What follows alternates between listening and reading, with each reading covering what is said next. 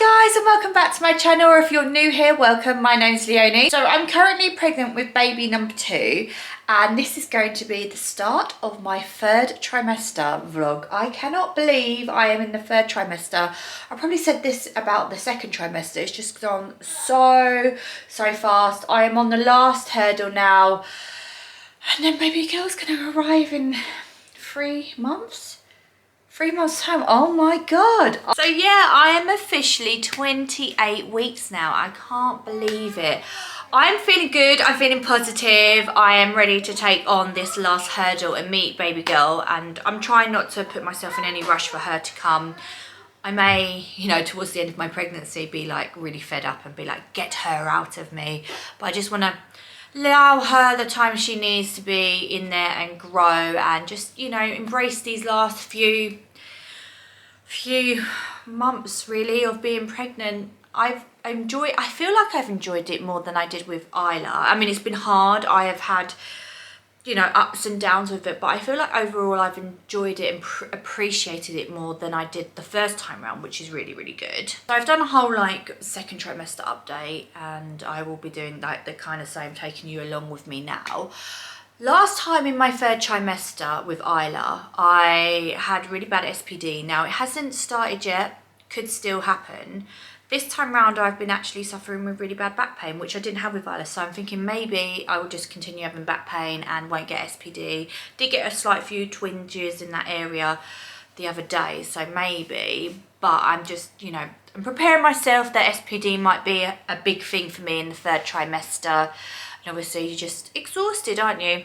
You're exhausted. I mean, I feel good at the moment, but you do get to the point where you're just tired and hungry and sore in your 3rd trimester. So exactly on my 28 week mark, I had my 28 week blood, which is general for all pregnant women to be tested at that time. I also had a glucose tolerance test at my 28 week blood appointment, and that is because I have a risk factor of gestational diabetes because my dad has diabetes, but I had it with Isla and it was absolutely fine. I didn't have gestational diabetes there, so I'm thinking this pregnancy will probably be the same. I guess I would probably know. And then today I have a telephone appointment with the consultant to talk about my birth options, as I'm opting for a VBAC. If you didn't know, I had an emergency C-section with my first baby, so this time round I am opting for a VBAC. This is the first like official appointment I've had with the consultant. I have had other consultant appointments, and that was due to the fact that I had a fully dilated C-section. I'll catch you all up on my like previous 2nd trimester vlogs, but basically because I had a fully dilated C-section, there was a risk of preterm birth. So I went under the preterm birth clinic, had a few cervical scans, everything was fine. So I've been discharged from that consultant, and now I'm speaking to another consultant just about my birth options. From what everyone's said and everyone's told me, I'm fine to do it. They just need my birth notes because I'm at a different hospital this time, so they've had to request it. Just make sure that, I think it's sometimes the way you're cut, if you're cut horizontal versus vertical, sorry that's not medical terms, but that can impact a VBAC. But I'm quite strong in my belief that is what I am doing. I am adamant, and it would take a lot for them to persuade me to have a elective C-section. It's not something I want as a choice. I know it's not always a choice, depends on the medical outcome really. I will see what they tell me, but I believe that I'll be okay and be able to have it done. So I've just spent the last 15 minutes being in the car. I was driving Isla to nursery, and I was supposed to have a appointment this morning at the hospital with the birth unit manager, and we were going to go through my birth plan and just prep before I have my consultant appointment next Tuesday. And she cancelled. She had to go down to the labour ward, and that's absolutely fine. Obviously I know, like, obviously that's, you know, things like that can happen. I'm not like upset that it's been cancelled as such, but they were trying to rearrange it, and I'm just stressed out because trying to rearrange it, and it's like I don't know, it's days that I have to, you know, got work still, and that's just stressing me out. taking more time off work and keep having to rearrange and stuff, and I'm meant to be in the office. I was just getting so stressed out about that. And then the next appointment I booked in this Monday, and it's the day before the consultant appointment, and if it gets cancelled again, I'm just so stressed. I want to go into this consultant appointment without like the plan and everything, and it's gonna go horrible like the last time.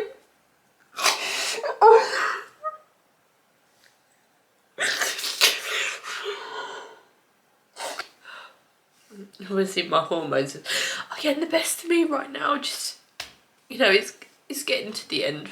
I'm 33 weeks. I'm very stressed out and tired with everything.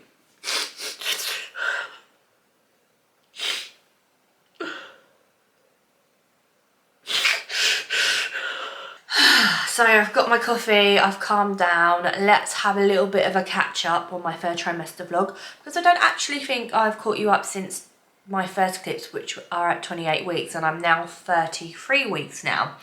So let's cover what's been going on with my VBAC planning, because obviously, as you just saw in the last clip, I had a bit of a breakdown about it. So I think I mentioned previously that I was having a phone consultation with the consultant midwife. That was kind of like your pros and cons for your elective section versus your pros and cons for a VBAC. At this point, I already knew I was going to go for a VBAC. It wasn't always helpful or insightful phone call ever, like, but that was that. And then I had an appointment with the registrar, who I was a bit confused what registrars were, but they're above junior doctors, but they're not consultants yet. So they're not consultants in the field they're trained to be. So I went and saw the registrar, and she was all for me having a VBAC until I told her I wanted a water birth. Well, this was the first thing that got her back up. And I could just tell her demeanour changed. Like, it was all like, yeah, we'll sign you off for a VBAC. And then all of a sudden I said water birth, and she's like, So basically the telemetric monitoring, so it's wireless continuous monitoring, which they can give you for pool births. Apparently they've pulled them all because there's issues. And she was like, basically was like, okay, well, you might, you know, blah, blah, blah. So at the hospital I'm going to, there's one birthing pool on the labour ward which does the telemetric monitoring, or did. And then there is 3 birthing pools on the birthing unit. And she was like, oh, just to get it clear so I can speak to the consultant, do you want it on the birthing unit? And I do want it on the birthing unit, because I just want that more, I want that environment for me. I want it as less medical as possible. And I'm happy, like, to be fair, even if I ended up on a bed in the labour ward, I still don't want continuous monitoring. I want intermittent monitoring, which I'll go through. Once I've had my whole birth plan signed off and everything's good, I'll go through everything I'm choosing as part of my VBAC birth plan. Yeah, and she wasn't happy, and because she's a registrar, she can't sign anything out of guidance or out of the protocols off. So I've now got to have another appointment with the consultant, which I know I think like I had a wobble, but I am strong in my knowing my rights now, and knowing that I can basically say this is my birth and this is what I'm doing, basically. You don't, just because you're consultant, that doesn't mean you have to be. You can be signed out of their care. They can't force you to do anything. Another thing that the registrar wasn't happy with is that, she was like, okay, well, what are you going to do if you go to 41 weeks? And I was like, I don't want an induction, and I don't want a planned C-section. Which wasn't happy about it. But I said to her, I said, if and when, and I've told this to everybody, if and when I get to 41 weeks, because at this point I may not go over, and there's no point in me stressing about what I'm going to do, or, thinking I'm going to be forced into an induction that I don't want when I might never get there. I said, if I get to 41 weeks, then I'm happy to reassess the situation, see how I'm doing physically, you know, my health, how the baby's health is, see, you know, if we're both really doing really well, can't we, you know, see if we can push it. I would still probably prefer to be induced than an elective C-section. I know there's obviously, once you have an induction, there's more risk that it could end up in an emergency C-section, but I still think I would like to personally go down that route, but I will want to avoid it if I can. But that was another situation, and yeah, I don't think the registrar was really happy that I was like coming in and basically she couldn't sign anything off. So yeah, got the appointment.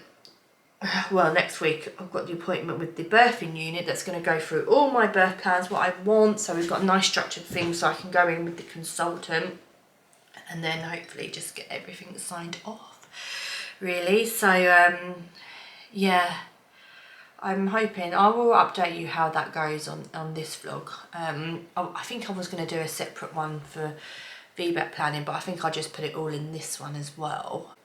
So what else has been going on since 28 weeks? I had a growth scan at 32 weeks and she was absolutely fine. I think she was £3.15 ounces they estimated, so pretty average. I think she might be a bit smaller than Isla.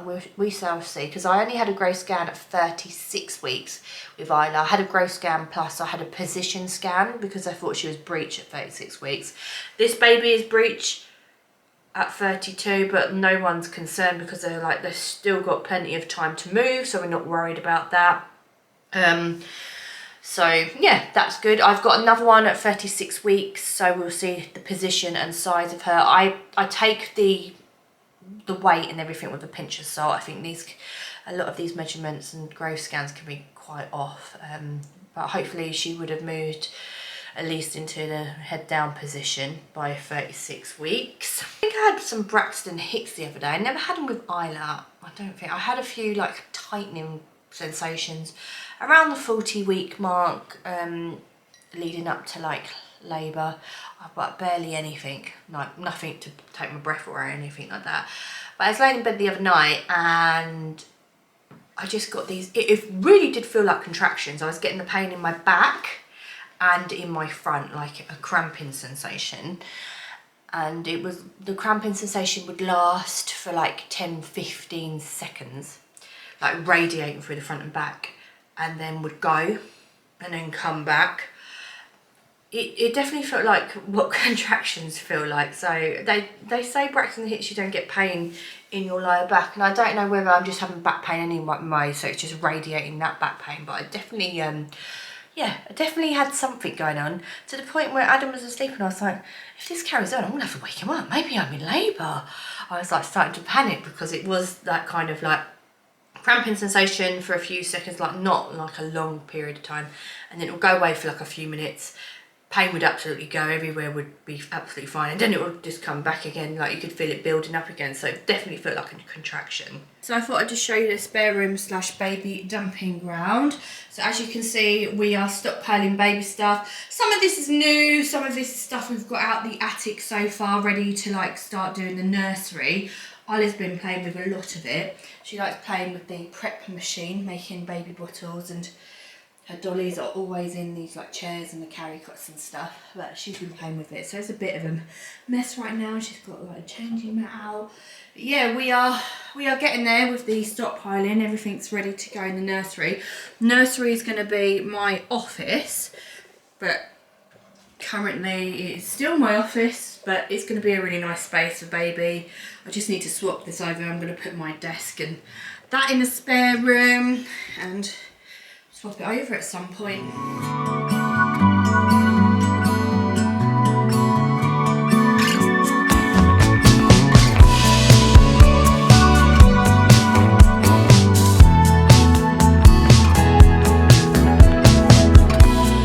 So I've just stopped off at McDonald's because I am so hungry. I've had quite a busy morning after my little breakdown this morning. Did I mention that the birthing unit manager actually called me back and said that she was then now available because the woman that she had to cancel for had the baby, so I was able to go back there a bit later on.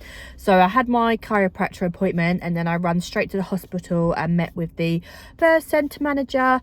I got to first of all get to see the room and the environment, and it's such a beautiful environment, and it's made me feel really good about my choice to have baby on the birthing unit. We just went through again the risks, what plans, what I want, and everything like that, which I'm really happy about. So she's going to put everything in place for me on the system, in my notes, ready for the consultant appointment. And just one of the things that haven't really discussed with anybody is pediatric care for baby girl, because Isla had a PDA, something to basically a valve not closing in her heart. I'll link the whole video regarding that down below, but that normally closes about 6 hours after birth. Isla's never did, so I will definitely not have a 6-hour discharge. I will need to see the paediatric consultant will need to look over baby, so it's just getting the care plan in place for baby. We need to do an additional step there, which hasn't really been covered yet, which is absolutely fine, because I'm in no rush to leave that hospital, because I want to make sure baby is okay. So if I have to be there 24 hours, it's absolutely fine. But yeah, looking forward to it now. So I'm just about to finish my McDonald's, wolf that down, and then I've got my eyelash appointment, and then yeah.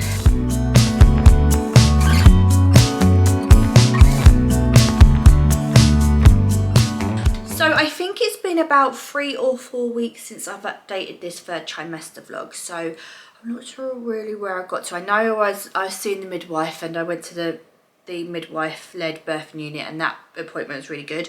I then, a couple of days later, had my consultant appointment about my VBAC plans, and the consultant actually was really supportive. She just went through, she was like, you know, you're a prime candidate for VBAC, blah blah blah. She was absolutely fine with that. And then she was like, well, why are you having this appointment? And I said, oh, because I want to have a water birth in the birthing unit. And then she went, oh. And I was like, here we go, back, gonna get some back push from her. And she was like, well, at the end of the day, you're an adult, you know the risks, you seem quite solid in your choices, and you know what you want. And she was like, at the end of the day, it's just down the corridor for the labour ward, so you're not that far if anything did happen. She was like, if you were saying you wanted a home birth, I'd worry more, but you know, you're just down the corridor. So she signed off the plans, and I was really happy for that. And also, I don't know if I've mentioned on this vlog or not, at my 32-week growth scan, baby was presenting breech. Now, no one was that worried, because there was still plenty of time for baby to turn, but I did take a proactive approach in trying to turn baby girl. So I did some moxibustion treatment, and I did some movement like forward leaning inversion techniques, which I've done a whole other video on how I got her to turn. But by my 36 weeks scan, she's head down, so she's absolutely fine. So that worked, and I'm really happy about that, because they did book in another consultant appointment after my 36-week scan, and I think that was more to do with just in case baby was breech and we needed another birth plan.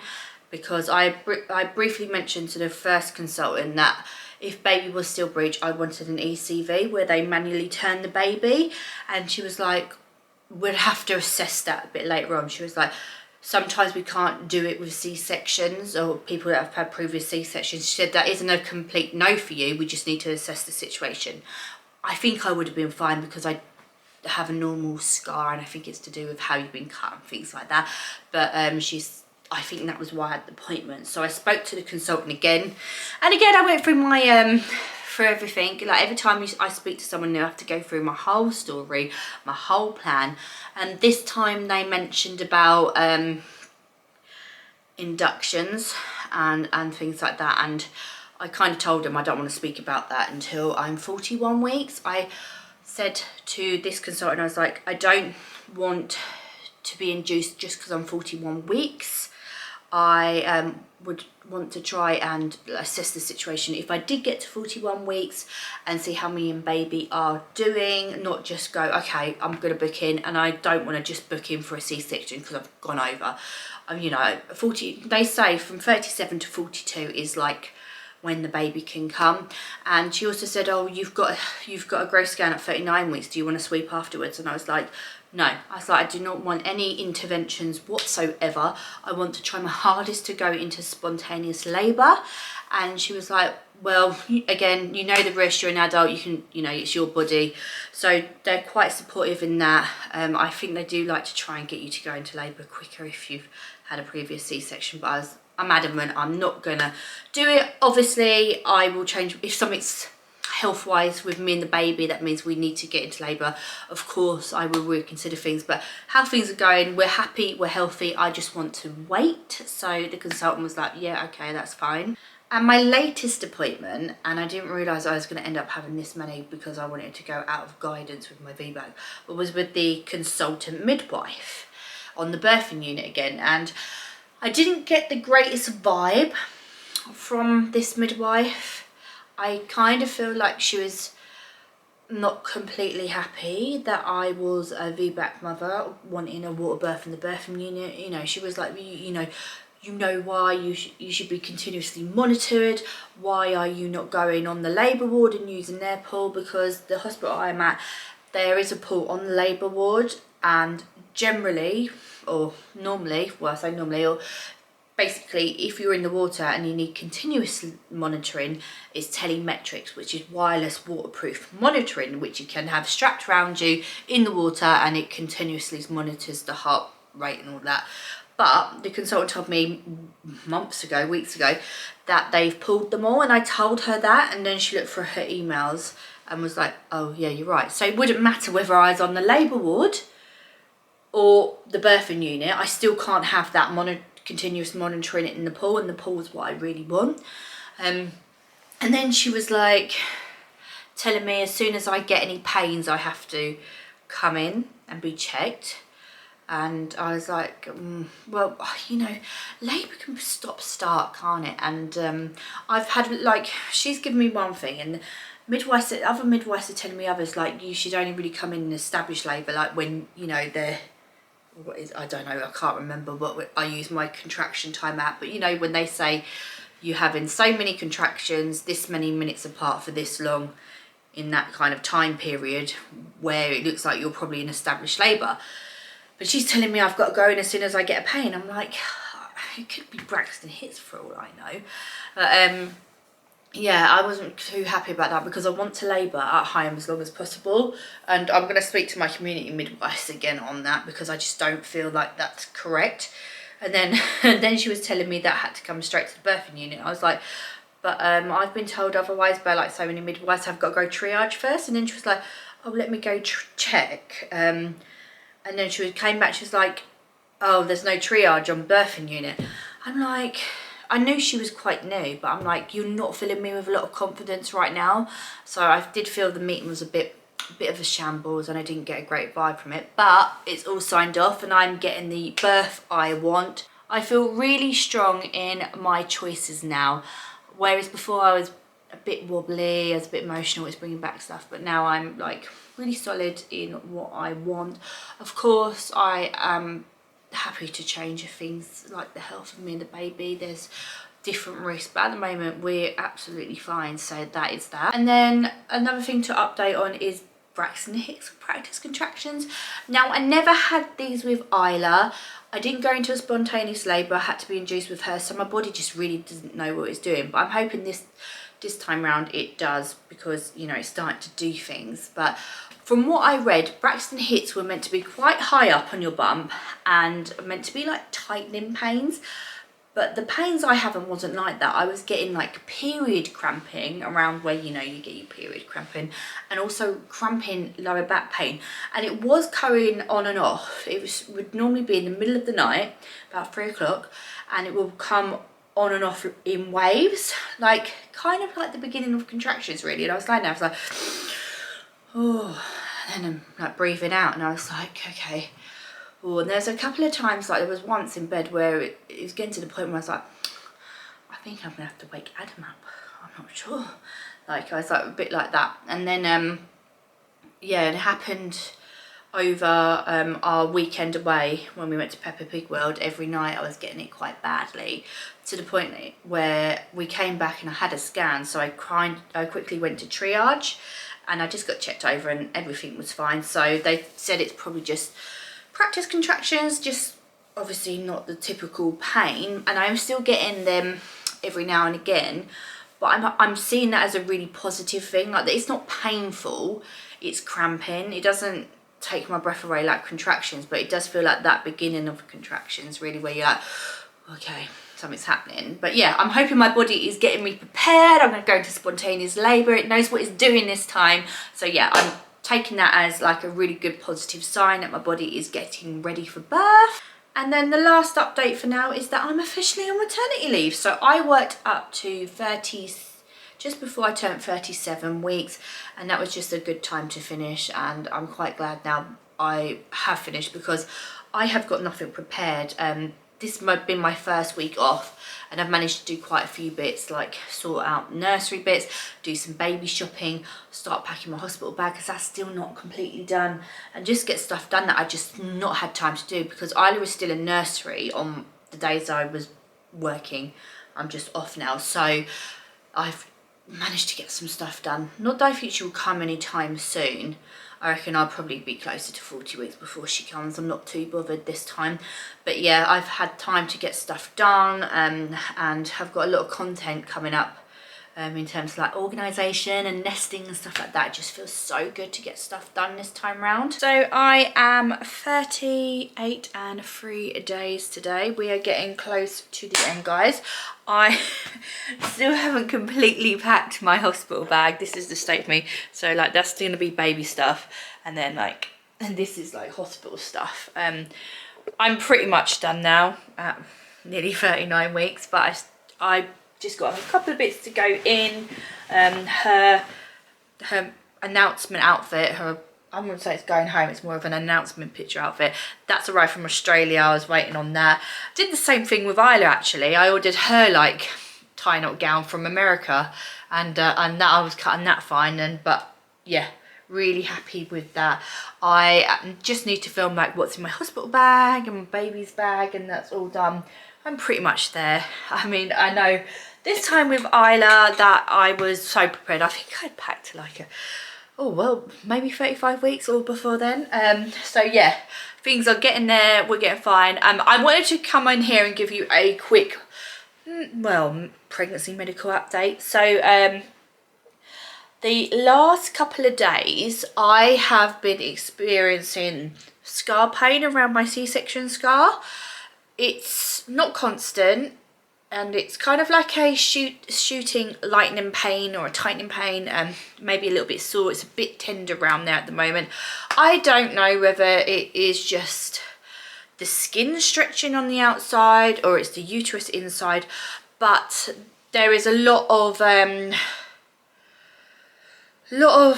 red flags and stuff with scar pain, and they want you to just, you know, get that checked out immediately, and just for the risk of uterine rupture. And I was a bit hesitant to basically go to triage because the pain wasn't breathtaking. It was no more than the pain you kind of get after you've had a C-section and you start your periods, that kind of pain. But yeah, I hadn't experienced any pain whatsoever with my scar in this pregnancy up until then. Also, baby girl hadn't been moving as much. I really hadn't felt all day, which was unlike her. I did the fizzy drinks and stuff like that. She wasn't really moving. I did then had a bath, and she did move a little bit, but I kind of called triage and they told me to come in, and I made a decision, okay, you know, the pain coupled with the movements, I'm just going to go in and get things checked because it's always good to be safe than sorry. And the reason I was hesitant is because I know with me playing my VBAC and mentioning scar pain, I was going to get comments and things like that on my birth plan, which I did. So I went in and I got monitored on the continuous monitoring. Baby girl's heart rate was fine.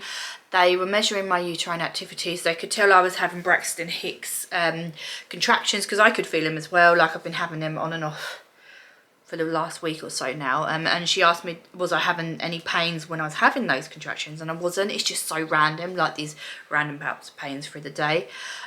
So they monitored me, and then also the consultant wanted to do a exam to see if I was in labour, just a speculum, I can't say a speculum, and just to look up, no anything else up there apart from the speculum, so not like doing a finger examination, just looking, because she just wanted to check I wasn't in labour as well, which I wasn't. But yeah, I got a whole lecture from the midwife. She was like, I've read your birth plan about wanting a water birth and, you know, intermittent monitoring and all that. And she was like, oh, the reason we do continuous monitoring is because we can pick it up in a minute. And then she was, and this really kind of annoyed me when she said this. She was like, oh, the last VBAC woman I delivered, she had a uterine rupture, blah, blah, blah, but we captured it. And I was like, I don't need you to be telling me about, oh, how, you know, the last person you delivered had a uterine rupture. I don't need to hear that. I have been through my birth plan with numerous consultants, numerous midwives. I'm nearly 39 weeks pregnant. Do not think I know the risks and why, and I've not weighed that up and made my choice. Yeah, I was a bit angry about, like, she mentioned that. I mean, she was a really nice midwife, but they, you know, they tell you, there's a lot of fear mongering. They tell you, like, I find some midwives are really like for you doing it the natural way, and then others are really like risk averse, like the consultants are. They caveat everything, well, but it's your birth and it's your choice and we're just here to tell you informed decisions. I was like, you're not telling me facts. Well, she was telling me facts, but you're also telling me fear stories about how someone did rupture. I wasn't happy about that. And, oh, that's my doorbell. Sorry guys, my battery died as well, my camera, so I'm just on my phone quickly whilst I remember to finish this bit off, otherwise you just won't get the full story, will you? Because I'll forget.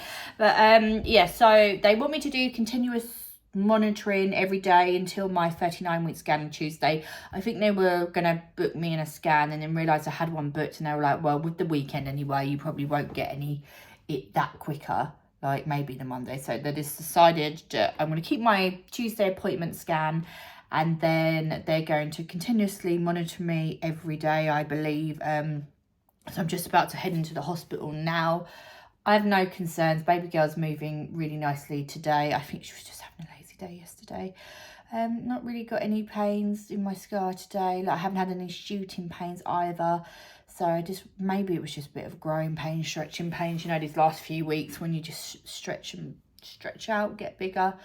But yeah, I'm just hoping that they will see everything is fine and they will just then leave me to go into spontaneous labour, and that I will be able to have my midwife-led water birth. But we shall see. So yeah, I'm just about to head into the hospital now, and I will give you another update if anything changes. But hopefully I haven't got too many more updates before baby's here. 39 plus 3 today, guys. So I feel like I'm going to sign off this vlog now because it is getting pretty long.